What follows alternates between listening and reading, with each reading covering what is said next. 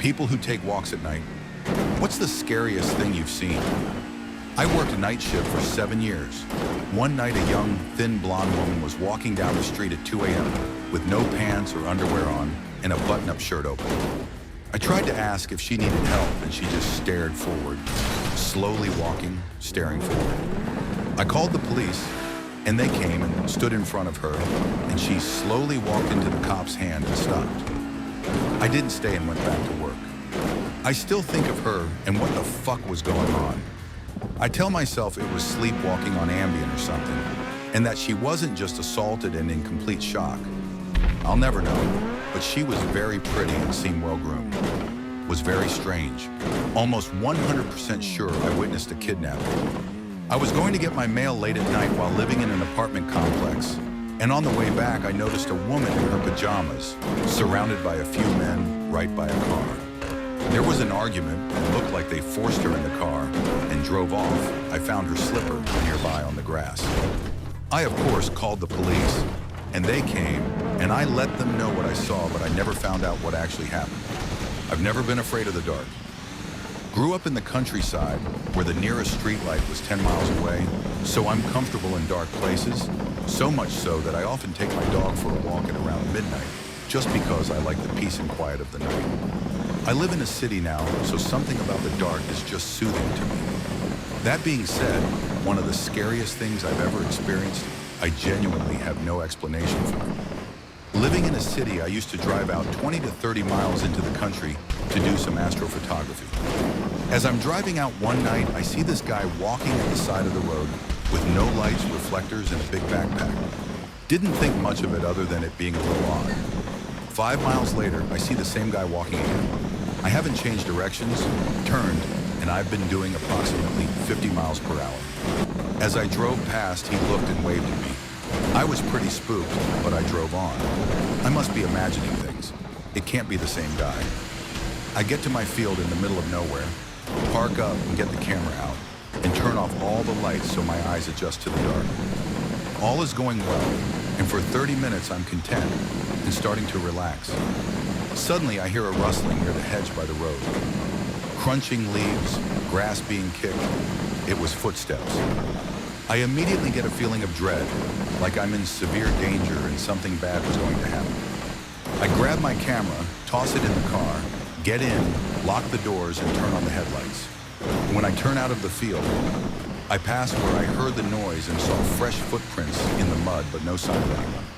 I race back home, driving double the speed limit, constantly checking my mirrors for anyone. I park up around the corner and wait in the car with the lights off for 30 minutes, watching. Nothing shows up. I get home, lock all the doors, and sleep with a knife under my pillow that night. I honestly don't know what really happened that night, but part of me knows that creepy guy I passed on the road twice was in that field.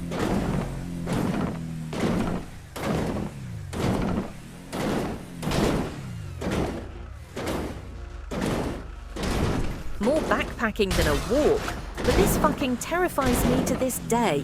Our planned camping spot for the night was full. We'd backpacked all day to get to that location, and there wasn't anywhere close to set up our tents. We called our guy on the outside to come pick us up as it was getting late. We didn't have anywhere to set up camp, and a storm was approaching. We hiked to the nearest exit point on the trail, met our pickup guy, and he drove us a few miles to the nearest campsite we were familiar with that we could basically drive up to. Long logging path pretty deep in the mountains that we had hiked to in previous years, so we were kind of familiar with the area. Anyways, we hop out of the van and it's pitch black out. No moon, it's April in the mountains and still pretty chilly. We're cold, hungry, and exhausted. That's when we notice this motherfucker staring at us from behind a tree. I know this sounds like a no-sleep story, but it's 100% true, and probably the most scared I've ever been. We notice this guy, no headlamp, no equipment, no backpack, just standing there. One of our group, former Marine, yells at him to come out and explain what his deal is. This guy walks a few feet out from behind the tree, and we all shine our lights on him. And I shit you not, this dude's white t-shirt is covered in what looks like blood smears. He He's pretty rough looking, long hair, long beard, crazy eyes, and he was wearing a bloody t-shirt and shorts in 35-degree weather at night. We're all pretty freaked out, and this is a pretty experienced group of hikers who've seen some shit. We ask this guy what his deal is, and he says we can't camp here. We tell him that that's exactly what we plan to do, and he says, I don't think that's a good idea for any of you. We kind of turn to discuss as a group, and when we look back, he's hidden back behind the tree. As a group, we basically decided none of us were getting any sleep that night if we stayed here, so we packed up the van and left. As we were pulling out, this guy pulled out one of those red-filtered flashlights and ran after our van. I'm not kidding, he followed us for at least a quarter mile on foot. He was fast as fuck. We passed a park ranger on the road and flagged him down to tell him how weird that dude was acting, and he said he'd go investigate. I didn't hear anything about it again for 5 years. For the longest time I thought he was probably some hop farmer who had a nearby plot, or a moonshiner who was just living in the woods and didn't want us near his still.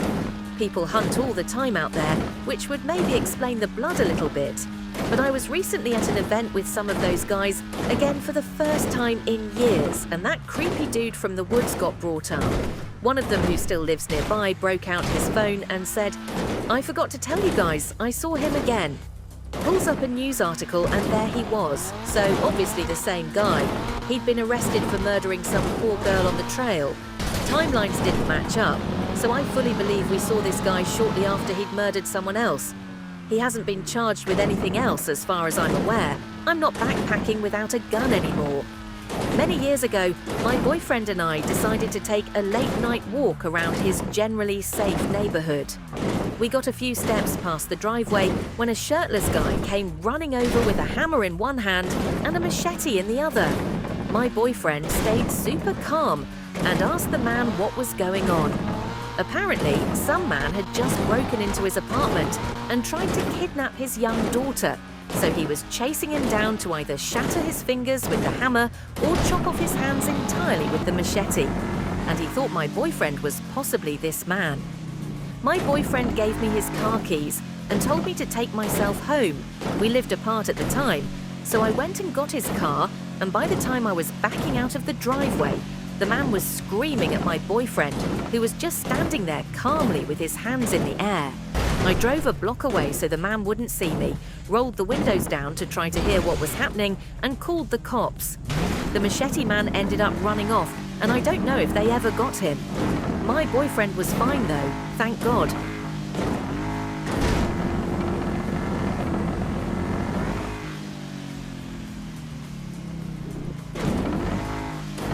I'm the person I'm most scared of in this story. It was around 9 p.m. and I was cleaning my apartment, and I looked up what time this takeout restaurant closed. It was like a 5-minute walk and less than a block from where I work, so I take this walk often. I was drinking, but I wasn't drunk. I was just going to pick up some food in about an hour, go home, eat, and get some sleep. That's the last thing I remember, up until I woke up crossing the street to the restaurant. Immediately feel for my pockets for my phone. It's not there. No wallet in my pocket. Keys. Fuck, where are my keys? They are always in my right jacket pocket because that's how I lock my door. I find them in my offhand pocket. Then I look around. The normally busy bar-covered intersection is a ghost town. Enter panic mode. I turn around and start walking home. The first thing I notice is the giant McDonald's sign is off. They close at 11. I know this. Start listening for cars and there is nothing. Walk a little more briskly and the pizza place I frequent has its sign off. They close at 3.